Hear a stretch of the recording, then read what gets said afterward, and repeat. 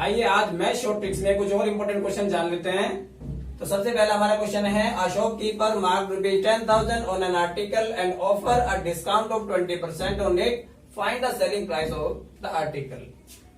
एक दुकानदार किसी वस्तु का मूल्य 10,000 रुपए अंकित करता है तथा उस पर वह 20% की छूट देता है, तो उस वस्तु का विक्रय मूल्य क्या होगा। तो कितना मार्क करता है वो? 10,000। अगर 10,000 मार्क करता है तो इसका मतलब ये 10,000 क्या हो गया, इसका 100% हो गया। और डिस्काउंट कितना देता है? 20%। तो क्या करेंगे, 100 में से आप 20 माइनस कर लीजिए, कितना बचेगा ये? 80%। यानी वो कितने में उसको, उसका जो सेलिंग प्राइस होगा वो कितना होगा, इसका 80% निकाल लीजिए बस। इसका जो 80% होगा क्या होगा वो, तो 10,000 और इंटू 80/100, तो 2 जीरो से 2 जीरो कैंसिल हो जाएगी, कितना बचा, ये आ गया ₹8,000। यानी इसको कितने में बेचेगा, उसका विक्रय मूल्य क्या होगा, वो होगा 8,000। तो हमारा जो पहला ऑप्शन है वो सही होगा। चलिए देखते हैं एक और question. Question number 2, 120 litre mixture of milk and water contains 30% water, how much milk add to the mixture so that water becomes 20%। यानी 120 लीटर दूध में, दूध तथा पानी के मिश्रण में 30% पानी है, और मिश्रण में कितने लीटर दूध और मिला जाए ताकि पानी की जो मात्रा है वो कितने प्रतिशत रह जाए, 20% रह जाए। तो अगर इस तरीके से सोल्व करते हैं पूरा तो बहुत लेंथी हो जाएगा, तो बिल्कुल शॉर्ट तरीका मैं आपको बताऊंगा इसे करने का। तो सबसे पहले देख लेते हैं कि वाटर कितना है, 30% है। टोटल कितना है, टोटल हो गया आपका 120 लीटर, और वाटर कितना है इसमें 30%। तो आप क्या करिए, 30% निकाल लीजिए टोटल का।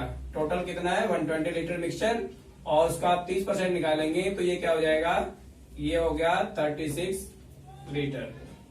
तो 36 लीटर क्या है, ये आ गया वाटर, यानी इतना पानी है उसके अंदर। अगर 36 लीटर वाटर है और टोटल मिक्सचर कितना है 120 लीटर, तो आप इसको माइनस कर दीजिए, कितना बचेगा यहाँ पे, ये रह जाएगा 84 लीटर। तो ये क्या है, ये है मिल्क। यानी पूरे मिक्सचर के अंदर देखा जाए तो 36 लीटर वाटर है और 84 लीटर क्या है, मिल्क है। अब परसेंटेज कितनी है रह जाए उसकी, वाटर की परसेंटेज कितना है, 20% रह जाना चाहिए। अब हमें क्या बताना क्वेश्चन में कि मिल्क में कितना, मतलब कितना मिल्क ऐड करें मिक्सचर के अंदर ताकि वाटर की परसेंटेज 20% रह जाए।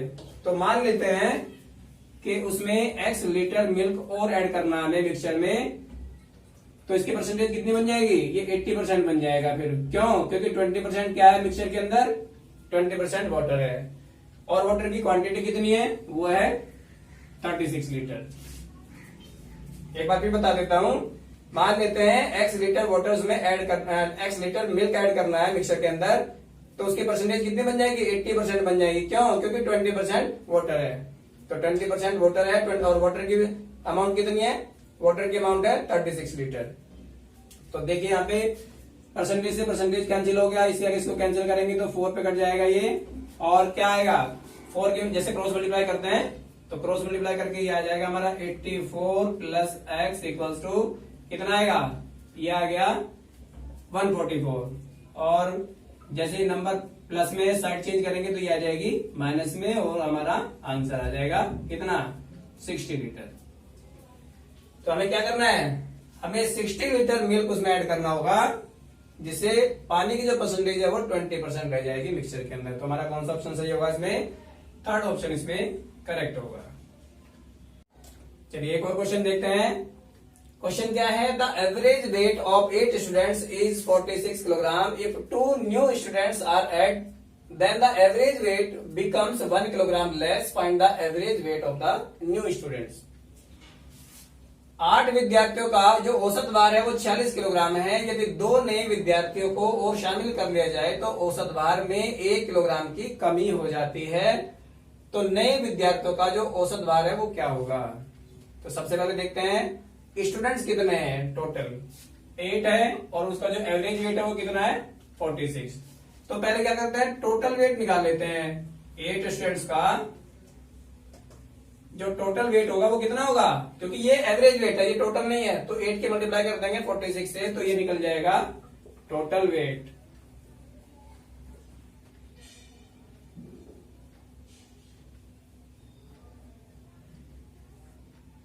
368 किलोग्राम। तो ये हो गया टोटल वेट। इसके बाद विद्यार्थी कितने आ जाते हैं इसमें, 2 विद्यार्थी यानी 2 स्टूडेंट और ऐड हो जाते हैं इसमें। तो ये पहले 8 थे, 8 में कितने हो गए, 8 में 2 स्टूडेंट और आकर के प्लस हो गए, कितने हो गए 10। और जो औसत भार है उसमें कितनी कमी आ गई, 1 किलोग्राम की कमी आ गई। औसत भार पहले कितना था, 46 किलोग्राम, अब कितना हो गया, 40 में से 1 कम कर देंगे, वो हो जाएगा 45 किलोग्राम। तो 10 जो विद्यार्थी है उनका जो टोटल वेट होगा वो कितना बनेगा, ये टोटल वेट किसका हो गया, ये 10 स्टूडेंट्स का हो गया। यहाँ पे ये वाला 8 स्टूडेंट का था, 8 से मल्टीप्लाई कर दिया हमने, ये 10 स्टूडेंट्स का है। तो 10 स्टूडेंट्स का मतलब क्या है कि यहाँ 10 स्टूडेंट्स हो गए और एवरेज वेट क्या हो गया, 1 किलोग्राम कम हो गया। तो इसको मल्टीप्लाई करेंगे, ये आ जाएगा हमारा 450 किलोग्राम। तो टोटल वेट ये हो गया 10 स्टूडेंट्स का। अब देखते हैं कि जो वेट है टोटल वेट कितना बढ़ा, कितना डिफरेंस आ गया दोनों में। अब इसमें से आप इसको माइनस कर देंगे, यानी 450 में से आपने माइनस कर दिया 368 को, कितना बचेगा यहाँ पे, और ये आ गया 82। कितने किलोग्राम आ गया, 82। यानी टोटल वेट में जो डिफरेंस आया वो 82 किलोग्राम का आया। और स्टूडेंट्स कितने आए थे इसमें, 2 नए स्टूडेंट आए थे। तो क्या करेंगे, क्योंकि 2 स्टूडेंट है तो एक का तो हो गया, दोनों का ये हो गया टोटल 82। तो हमें क्या करना है, लास्ट में 82 को 2 से डिवाइड कर दीजिए, क्योंकि स्टूडेंट 2 है तो नंबर ऑफ स्टूडेंट्स उसको क्या करेंगे, डिवाइड कर देंगे। तो 1 का निकल जाएगा, एवरेज कितना 41 किलोग्राम। दोबारा से सुन लीजिए, दोबारा से समझ लीजिए एक बार। सबसे पहले टोटल वेट निकालते हैं, क्योंकि एवरेज हमें पता है, टोटल स्टूडेंट्स पता है, तो मल्टीप्लाई करके टोटल वेट निकल गया। इसके बाद स्टूडेंट कितने ऐड हो गए इसमें, 2 स्टूडेंट और ऐड हो गए इसके अंदर, तो 10 हो गए। एवरेज वेट में क्या कहा गया कि औसत भार में 1 किलोग्राम की कमी हो जाती है। तो पहले 46 था, 45 हो गया। तो टोटल वेट कितना हो गया, मल्टीप्लाई करके 450 किलोग्राम हो गया।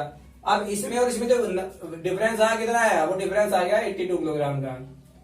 और स्टूडेंट्स कितने हमारे शामिल हुए थे आकर के, उसमें 2 स्टूडेंट शामिल हुए थे, तो 2 से क्या करेंगे, इसको डिवाइड कर देंगे। तो एवरेज वेट कितना आ गया, 41 किलोग्राम। तो कौन सा ऑप्शन सही है हमारा, फर्स्ट ऑप्शन हमारा करेक्ट होगा। चलिए देखते हैं एक और क्वेश्चन। क्वेश्चन क्या है, a shopkeeper gains 9% on selling an article if he gains 7%, the difference between both selling price is ₹190, find the cost price of the article.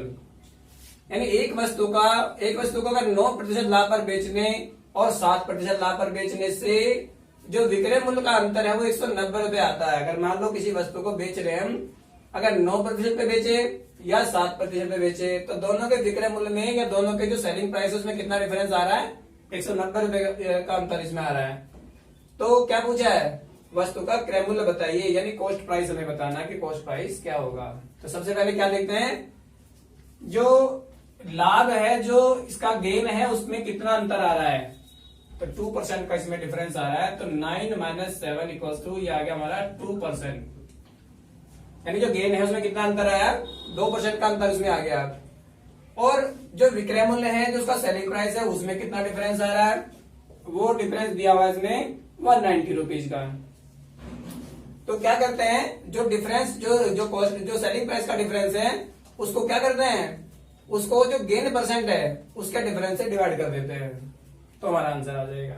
तो कैसे डिवाइड करेंगे, ये आ गया हमारा 2%। तो 2%, अब परसेंट क्या होता है, अपॉन में 100 लिखते हैं। अगर अपॉन में 100 लिखेंगे तो ये 100 कहां जाएगा, ये चला जाएगा ऐसे मल्टीप्लाई में। तो इसको यहां ना लिख करके क्या करते हैं, इसको मल्टीप्लाई में ले लेते हैं, इस तरीके से कैंसिल आउट कर देंगे। तो कैंसिल हो गया है और ये आ गया हमारा आंसर 9500। दोबारा से देख लीजिए एक बार क्वेश्चन को, कि अगर हम किसी वस्तु को 9% लाभ पर बेचते हैं या 7% लाभ पर बेचते हैं, तो दोनों के जो विक्रय मूल्य है, दोनों का जो सेलिंग प्राइस है, उसमें 190 रुपए का अंतर आ जाता है। तो हमें क्या बताना है, कॉस्ट प्राइस यानी क्रय मूल्य हमें बताना है इसमें। तो सबसे पहले क्या देख लेते हैं कि दोनों का जो गेन परसेंट है उसमें कितना डिफरेंस आ रहा है। तो 2% का उसमें अंतर आ रहा है, और दोनों के विक्रय मूल्य यानी दोनों के सेलिंग प्राइस में 190 रुपए का अंतर आ रहा है। तो हमें क्या करना है, तो दोनों का जो सेलिंग प्राइस है उसको हमें क्या करना है, जो गेन का डिफरेंस आ रहा है उससे हमें डिवाइड कर देना है। और डिवाइड में मैंने बताया कि परसेंटेज यहां नहीं लगाएंगे अपन में 100, ये कहां चला जाएगा, इनटू में चला जाएगा, इसे कैंसिल करके ये आ गया हमारा आंसर। तो हमारा कौन सा ऑप्शन चाहिए इसमें, सेकंड ऑप्शन हमारा करेक्ट है। चलिए जानते हैं एक और क्वेश्चन।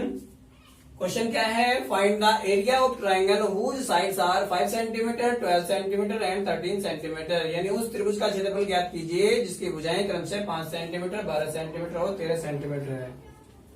अब ऐसे अलग अलग जो त्रिभुज होते हैं, अलग अलग जो ट्राइंगल होते हैं, उनके एरिया निकालने के लिए अलग अलग फॉर्मूले भी होते हैं। लेकिन यहाँ हम ये नहीं पता लगा पा रहे अभी इसको क्वेश्चन को देख के कि ये कौन सा ट्राइंगल है, किस तरह का ट्राइंगल है ये। अगर हम जान ले कि कौन सा ट्राइंगल है तो हम इसमें फॉर्मूला पुट कर देंगे। तो हमें कुछ कंडीशन होती है जिससे हमें देख के चेक करना होगा कि कौन सा ट्राइंगल है। अब इसमें 3 साइड रखी, तो सबसे बड़ी जो साइड होती है वो क्या होती है, हमेशा किसी राइट एंगल ट्राइंगल अगर होता है तो उसमें सबसे लॉन्गेस्ट साइड होती है, सबसे बड़ी साइड होती है। और बाकी जो 2 साइड्स होती है वो बेस और परपेंडिकुलर होती है। एक बार चेक कर लेते हैं। अगर ये उसको फॉलो करता है तो ये राइट एंगल ट्राइंगल का फॉर्मूला हम इसमें अप्लाई कर सकते हैं। तो इसमें होता क्या है, अगर ये पाइथागोरस थ्योरम को अगर ये फॉलो करता है, यानी परपेंडिकुलर का स्क्वायर प्लस बेस का स्क्वायर इक्वल टू हाइपोटेन्यूज का स्क्वायर, अगर इसको फॉलो करता है ये, तो इसका मतलब ये राइट एंगल ट्राइंगल है। तो हम इसमें राइट एंगल ट्राइंगल से इसको निकाल लेंगे। तो इसका स्क्वायर क्या होगा, ये हो गया 25 और ये कितना होगा 144 और ये हो गया 169। अगर हम इसको ऐड करते हैं तो ये हमारा कितना आएगा 169। तो इसका मतलब ये ट्राइंगल कौन सा है, ये चीज अगर दोनों साइड इक्वल आ जाती है तो ये एंश्योर करता है इस बात को कि ये एक राइट एंगल ट्राइंगल की साइड्स हैं जो में गिवन है। अब अगर हम राइट एंगल ट्राइंगल बनाते हैं तो राइट एंगल ट्राइंगल में जो 13 सेंटीमीटर होगी वो लॉन्गेस्ट साइड होगी, सबसे लंबी साइड होगी, जिसको हम हाइपोटेन्यूज कहते हैं। और इन दोनों में से बाकी 2 साइड में से हम किसी को कुछ भी ले सकते हैं, या तो बेस या फिर परपेंडिकुलर। और area of right angle triangle क्या होता है, 1/2 into base into height, 1/2 into base into height. तो ये हम इसको कैंसिल आउट कर देंगे। कैंसिल आउट करके हमारा आंसर कितना आ गया 30 स्क्वायर सेंटीमीटर। तो हमारा कौन सा ऑप्शन सही है, हमारा ये डी ऑप्शन इसमें करेक्ट होगा। अच्छा, एक चीज ध्यान रखें कि कभी भी अगर क्वेश्चन को सोल्व करते हैं तो क्वेश्चन को सोल्व करते हैं एंश्योर कर ले आंसर को कि हमारा सही है या गलत है। क्योंकि अगर 4 ऑप्शन दे रखे होते हैं तो सही होने का केवल 1 चांस होता है, बाकी गलत होने के 3 चांसेस होते हैं। तो गलत होने की जो पॉसिबिलिटी होती है वो ज्यादा होती है। इसीलिए क्वेश्चन को पहले आंसर को एंश्योर कर ले पहले अच्छे तरीके से कि हमारा आंसर सही है या गलत है।